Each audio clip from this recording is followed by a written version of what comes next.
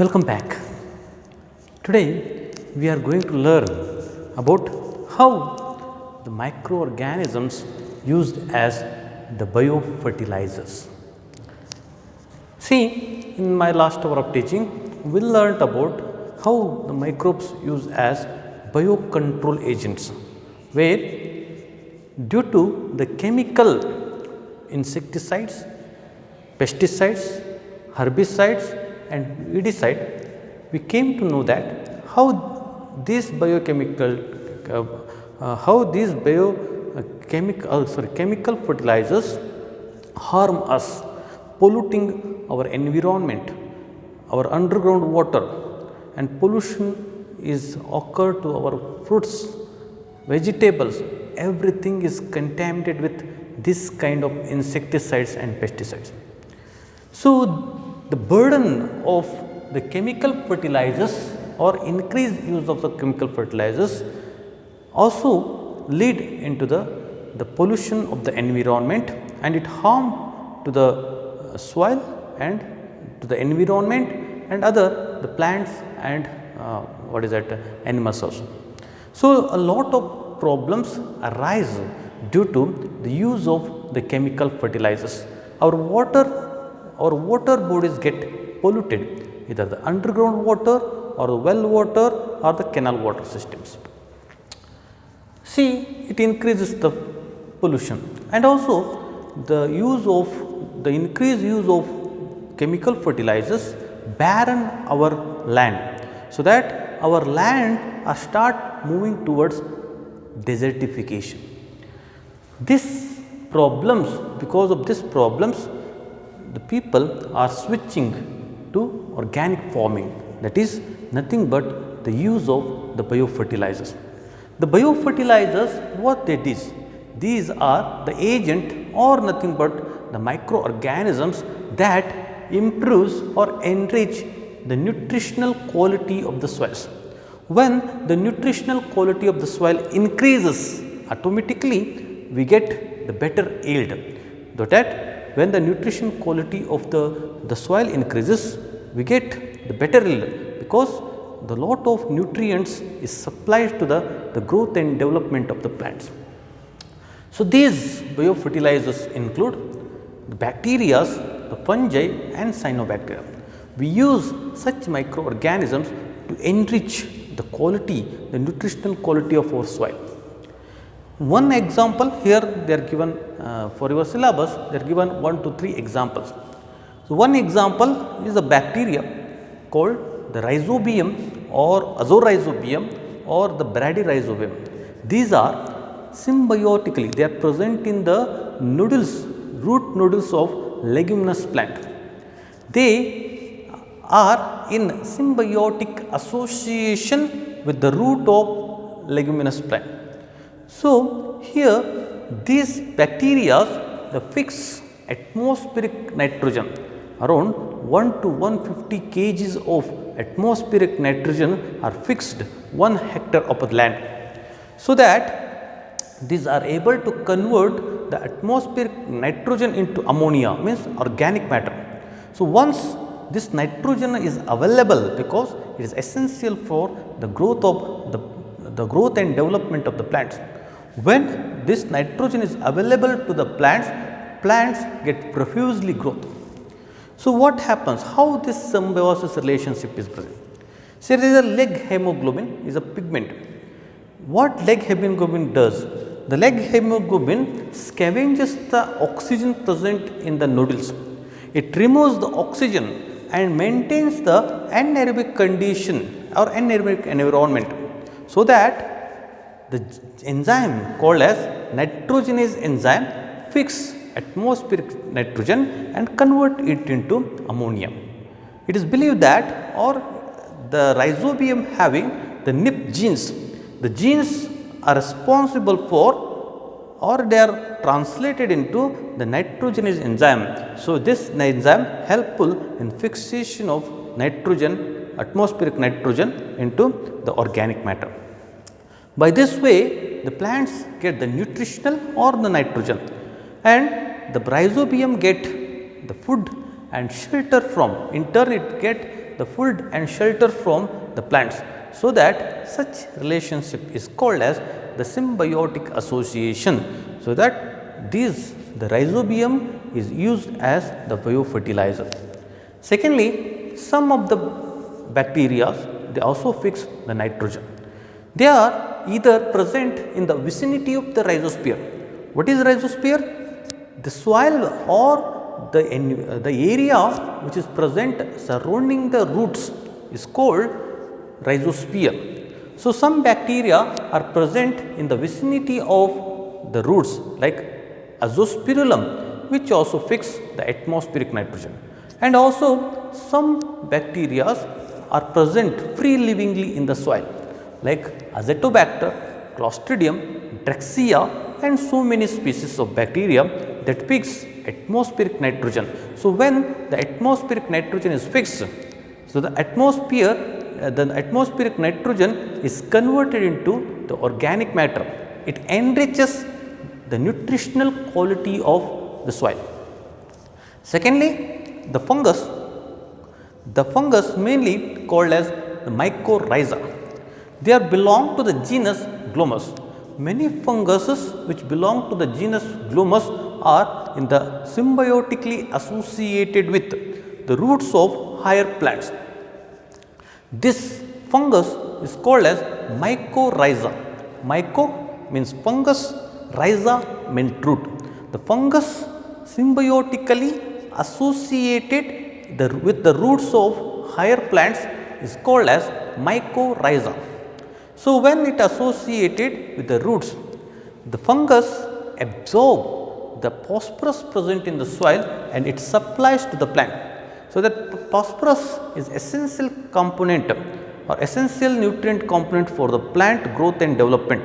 So, in turn the plant provide the food and shelter to the fungus. So, by this symbiotic association, plants get the phosphorus, then the bacteria gets or the fungus get food and shelter. Such association benefits the plant. How in many concern it benefits, so that the plants become resistant to many root-borne pathogens.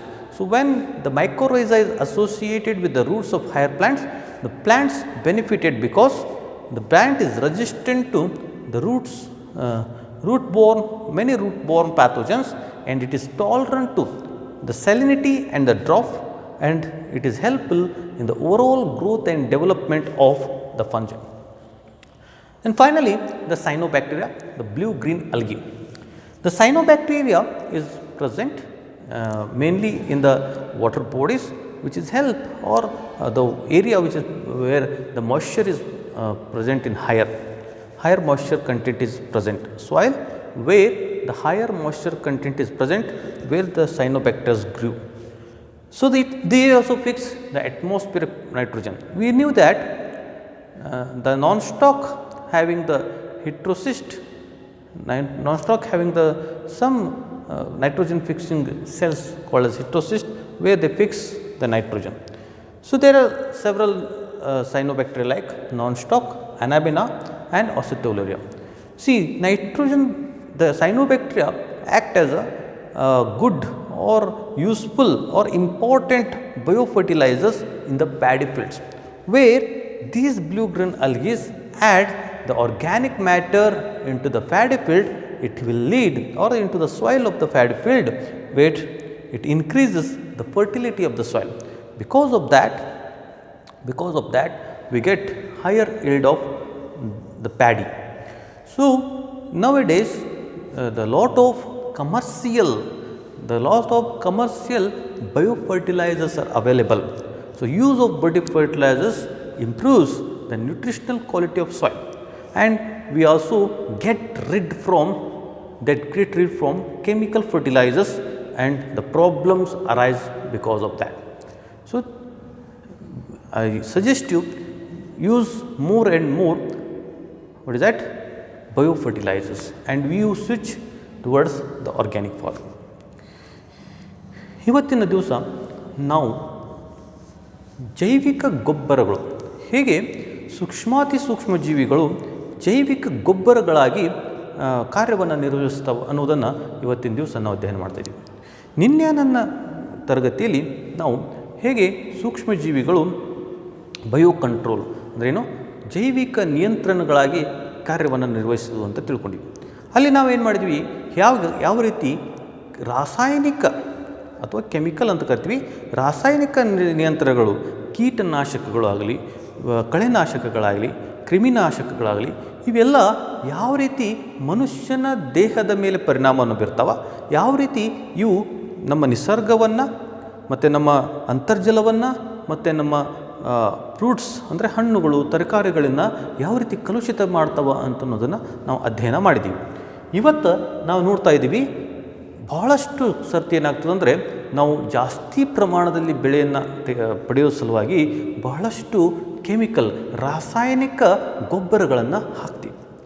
Fertilisers ಅಂದರೆ ಗೊಬ್ಬರ, ಹೌದಾ? ರಾಸಾಯನಿಕ ಗೊಬ್ಬರಗಳನ್ನು ಹಾಕೋದ್ರಿಂದ ಏನಾಗ್ತದಪ್ಪ ಅಂತಂದರೆ ಅದು pollution ಅಂದ್ರೇನು ಮಾಲಿನ್ಯವನ್ನು ತೆಗೆದುಕೊಂಡು ಬರ್ತದೆ. ನಮ್ಮ ನೀರು, ಕುಡಿಯುವಂಥ ನೀರು, ನದಿಯ ಅಂದರೆ ನೀರಿನ ಸೆಲೆಗಳಾದ ನದಿ, ಹಳ್ಳ, ಕೊಳ್ಳ, ಬಾವಿ, ಅಂತರ್ಜಲ ಎಲ್ಲವನ್ನು ಕಲುಷಿತಗೊಳಿಸ್ತದೆ. ಅದ್ರ ಜೊತೆ ಇದರಿಂದ ಬಹಳಷ್ಟು ಪ್ರಾಬ್ಲಮ್ಸ್ಗಳು ನಮಗೆ ಬರ್ತಾವೆ. ಪ್ರಾಬ್ಲಮ್ಸ್ಗಳು ನಮಗೆ ಬರೋದ್ರಿಂದ ಈ ಕೆಮಿಕಲ್ ಫರ್ಟಿಲೈಸರ್ಸ್ ಏನು ಮಾಡ್ತದಂದರೆ ಈ ರಾಸಾಯನಿಕ ಗೊಬ್ಬರಗಳು ನಮಗೆ ಯೋಗ್ಯಲ್ಲ. ಇವನ್ನು ನೋಡಿರ್ಬೋದು, ಭಾಳಷ್ಟು ಹಳ್ಳಿಗಳಲ್ಲಿ ನೋಡಿರ್ಬೋದು, ಅಥವಾ ರೈತರು ನೀವು ಸಂಪರ್ಕ ಮಾಡಿರಿ. ಈಗ ನಮ್ಮ ಭೂಮಿ ಎಷ್ಟು ನೀವು ರಾಸಾಯನಿಕ ಗೊಬ್ಬರಗಳನ್ನು ಅತಿ ಪ್ರಮಾಣದಲ್ಲಿ ಉಪಯೋಗ ಮಾಡಿದಾಗ ಏನಾಗ್ಯಾವ ಅಂತಂದರೆ ನಮ್ಮ ಭೂಮಿಗಳು ಬರಡಾಗಲಿಕ್ಕೆ ಚಾಲು ಆಗ್ಯಾವ. ನೀವು ಗೊಬ್ಬರ ಒಗಿಲಿಲ್ಲ ಅಂದ್ರೆ ಅವು ಬೆಳೆಯಂಗೇ ಇಲ್ಲ. ಗೊಬ್ಬರ ಅಷ್ಟು ಅವೇನಾಗ್ಯಾವ, ಅದು ಅಡಿಕ್ಟ್ನೆಸ್ಸೇ. ಮಣ್ಣು ಸಹಿತ ಈ ರಾಸಾಯನಿಕ ಗೊಬ್ಬರಗಳಿಗೆ ಅಡಿಕ್ಟ್ ಆಗ್ಯದ.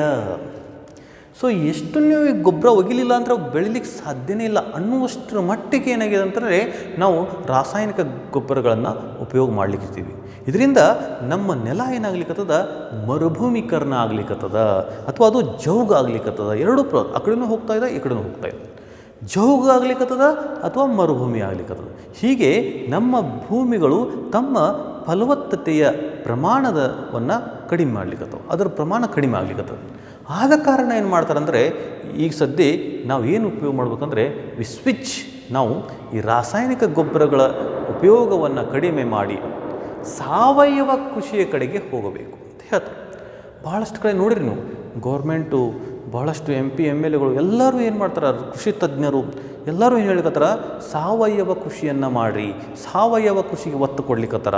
ಯಾಕೆ ಸಾವಯವ ಕೃಷಿಗೆ ಒತ್ತು ಕೊಡ್ಲಿಕ್ಕತ್ತಾರ ನಮ್ಮ ಭೂಮಿ, ನಮ್ಮ ನೆಲ ಬರಡಾಗ್ಲಿಕ್ಕತ್ತದ. ಆ ಕಾರಣಕ್ಕೆ ಅಂತಾರೆ ಸಾವಯವ ಕೃಷಿಗೆ ಹೋಗ್ರಿ ಅಂತದ. ಸಾವಯವ ಕೃಷಿ ಅಂದ್ರೇನು, ಈ ಜೈವಿಕ ಗೊಬ್ಬರಗಳ ಉಪಯೋಗವನ್ನು ಮಾಡಿರಿ ಅಂತ ಹೇಳ್ತಾರೆ. ಹಾಗಾದರೆ ಈ ಜೈವಿಕ ಗೊಬ್ಬರಗಳಂದ್ರೇನು? ಜೈವಿಕ ಗೊಬ್ಬರಗಳು ಏನಪ್ಪ ಅಂತಂದರೆ ಅವು ಸೂಕ್ಷ್ಮ ಜೀವಿಗಳೇ. ಅವು ಶಿಲೀಂಧ್ರಗಳಾಗಿರ್ಬೋದು, ಬ್ಯಾಕ್ಟೀರಿಯಾಗಳಾಗಿರ್ಬೋದು, ಅಥವಾ ಸೈನೋಬ್ಯಾಕ್ಟೀರಿಯಾಗಳಾಗಿರ್ಬೋದು.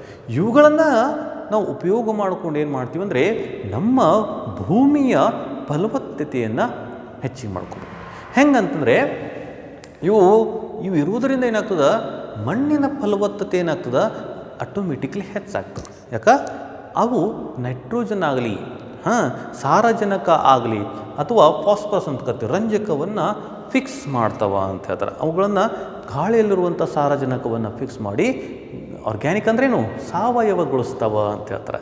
ಆ ಕಾರಣಕ್ಕೊಳಗೆ ಈ ಬ್ಯಾಕ್ಟೀರಿಯಾಗಳವ, ಈ ಶಿಲೀಂಧ್ರಗಳವ ಮತ್ತು ಸೈನೋಬ್ಯಾಕ್ಟೀರಿಯಾಗಳವ, ಇವು ನಮಗೆ ಜೈವಿಕ ಗೊಬ್ಬರಗಳಾಗಿ ಕೆಲಸ ಮಾಡ್ತವೆ. ಅದಕ್ಕೆ ಈ ನಿಮ್ಮ ಸಿಲೆಬಸ್ನೊಳಗೆ ಏನು ಮಾಡ್ಯಾರ, 1-2-3 ಎಕ್ಸಾಂಪಲ್ ಕೊಟ್ಟಾರ. ಒಂದೇದು ಯಾವುದಪ್ಪ ಅಂತಂದರೆ ರೈಜೋಬಿಯಮ್ ಬ್ಯಾಕ್ಟೀರಿಯಾ ಬಗ್ಗೆ ನಾವು ಅಧ್ಯಯನ ಮಾಡೋಣ.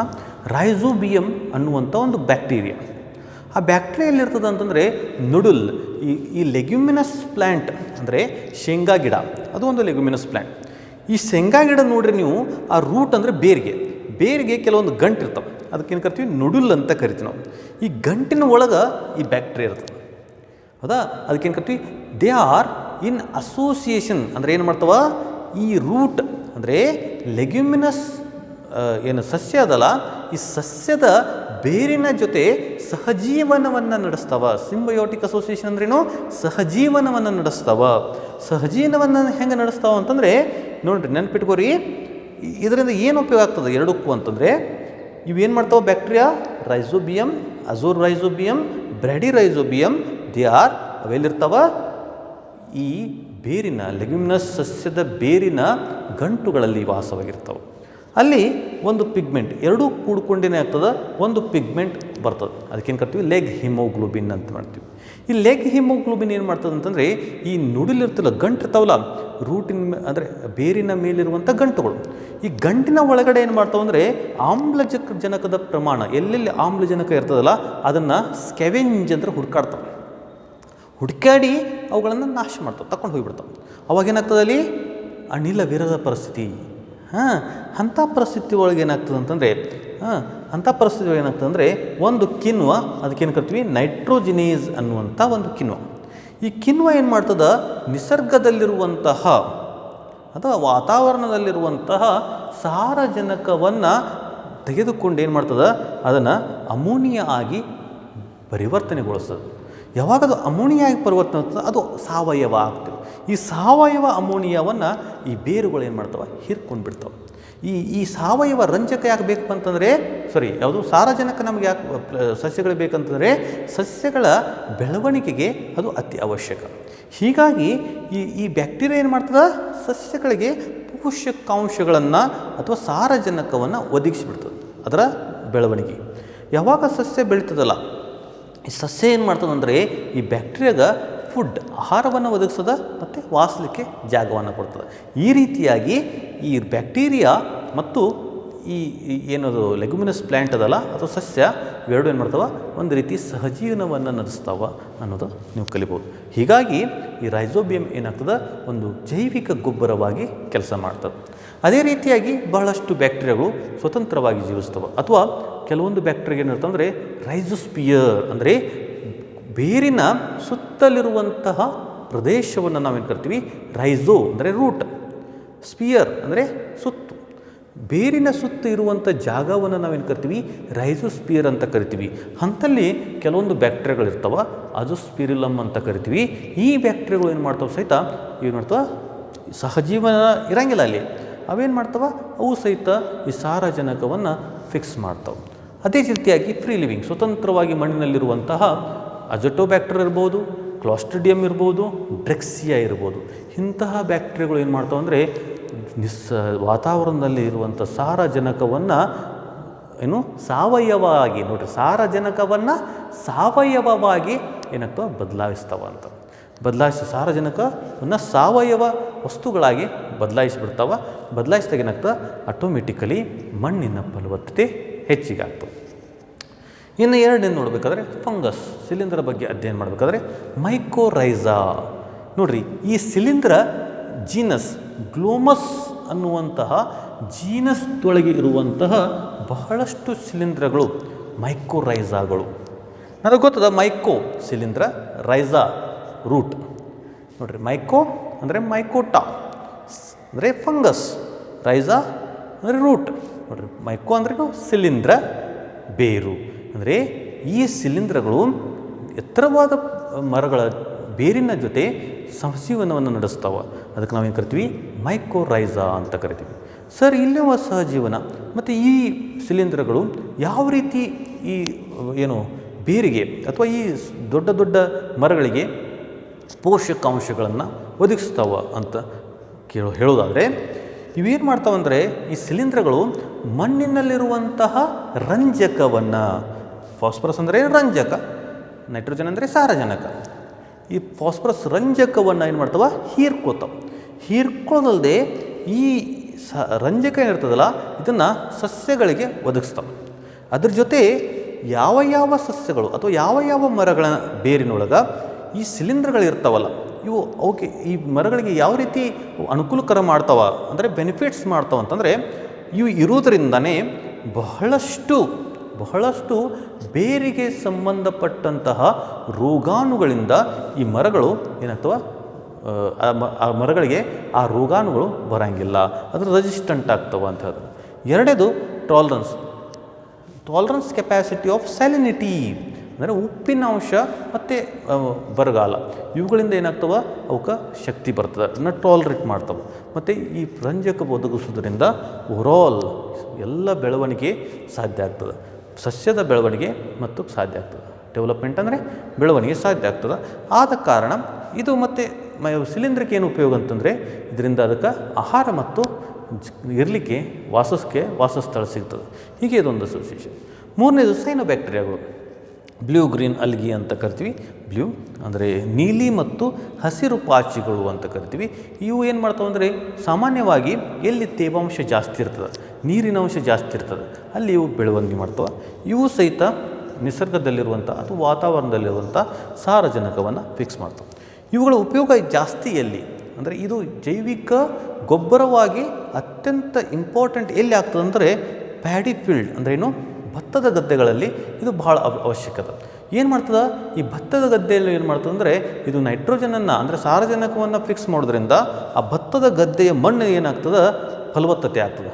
ಒಂದು ಸರ್ತಿ ಮಣ್ಣು ಫಲವತ್ತತೆ ಆಯ್ತಂದರೆ ಆಟೋಮೆಟಿಕಲಿ ಏನಾಗ್ತದೆ ನಮ್ಮ ಬೆಳೆ ಜಾಸ್ತಿ ಪ್ರಮಾಣದ ಬರ್ತದೆ, ಸಸ್ಯ ಜಾಸ್ತಿ ಗ್ರೋತ್ ಆಗ್ತದೆ. ಹಾಗೆ ಸೈನೋಬ್ಯಾಕ್ಟೀರಿಯಾದಲ್ಲಿ ನಾನ್ ಸ್ಟಾಕ್ ನೋಡ್ಬೋದು, ಅನೇಬಿಯಾ ನೋಡ್ಬೋದು, ಅಸಿಲೋಟೋರಿಯಾ, ಬೇರೆ ಬೇರೆ ಪ್ರಕಾರದ ಸೈನೋಬ್ಯಾಕ್ಟೀರಿಯಾಗಳು ಬರ್ತಾವೆ. ಹೀಗೆ ಇವತ್ತಿನ ದಿವಸ ಏನಾಗಿದೆಪ್ಪ ಅಂತಂದರೆ ಈ ಕಮರ್ಸಿಯಲಿ ನಮಗೆ ಮಾರುಕಟ್ಟೆಗಳಲ್ಲಿ ಈ ಸಾವಯವ ಅಥವಾ ಏನು ಕರಿತೀವಿ ನಾವು ಜೈವಿಕ ಗೊಬ್ಬರಗಳನ್ನು ನಾವು ಪಡಿಬಹುದಾಗಿದೆ. ಹೀಗೆ ನಾವು ಏನು ಹೇಳ್ತಾರೆ ಅಂತಂದರೆ ಜೈವಿಕ ಅನಿಲಗಳನ್ನು ಜಾಸ್ತಿ ಪ್ರಮಾಣದಲ್ಲಿ ಉಪಯೋಗ ಮಾಡಿರಿ. ಕೆಮಿಕಲ್ಸ್ ಅಂದ್ರೇನು, ರಾಸಾಯನಿಕ ಗೊಬ್ಬರಗಳ ಉಪಯೋಗವನ್ನು ಕಡಿಮೆ ಮಾಡಿರಿ. ಈ ಜೈವಿಕ ಗೊಬ್ಬರಗಳು ನಿಮ್ಮ ಮಣ್ಣಿನ ಫಲವತ್ತತೆಯನ್ನು ಹೆಚ್ಚು ಮಾಡ್ತವೆ, ರಾಸಾಯನಿಕ ಗೊಬ್ಬರಗಳು ನಿಮ್ಮ ಭೂಮಿ ಹಾಳು ಮಾಡ್ತವೆ ಅನ್ನೋದನ್ನು ಹೇಳ್ತಾ ಇದ್ದೀವಿ ಸಹ. ಇವತ್ತಿನ ದಿವಸ ನಾವೇನು ಮಾಡ್ತಾಯಿದ್ದೀವಿ, ಈ ಒಂದು ಟಾಪಿಕ್ನಿಂದ ಅಂದರೆ ಈ ಒಂದು ಲೆಸನ್ನಿಂದ ಇವತ್ತೇನು ಹೇಳಿದ್ನಲ್ಲ ಈ ಲೆಸನ್ನಿಂದ ಇಡೀ topic microbes in human welfare ಅಂದರೆ ಸೂಕ್ಷ್ಮಜೀವಿಗಳು ಮನುಷ್ಯನ ಕಲ್ಯಾಣದಲ್ಲಿ ಯಾವ ರೀತಿ ಪಾತ್ರವನ್ನು ವಹಿಸ್ತವೆ ಅನ್ನೋದನ್ನು ಈ ಒಂದು ಅಧ್ಯಯನದೊಳಗೆ ನಾವು ಕಲ್ತೀವಿ, ಪೂರ್ಣ ಪ್ರಮಾಣದಲ್ಲಿ ಕಲ್ತೀವಿ. ಇನ್ನು ಮುಂದಿನ ತರಗತಿಯಲ್ಲಿ ಹೊಸದೊಂದು ಪಾಠದೊಂದಿಗೆ ಹೊಸದೊಂದು ಅಧ್ಯಾಯದೊಂದಿಗೆ ಮತ್ತೆ ನಾನು ನಿಮ್ಮ ಮುಂದೆ ಹಾಜರಾಗ್ತೀನಿ. ಅಲ್ಲಿವರೆಗೆ ಧನ್ಯವಾದ.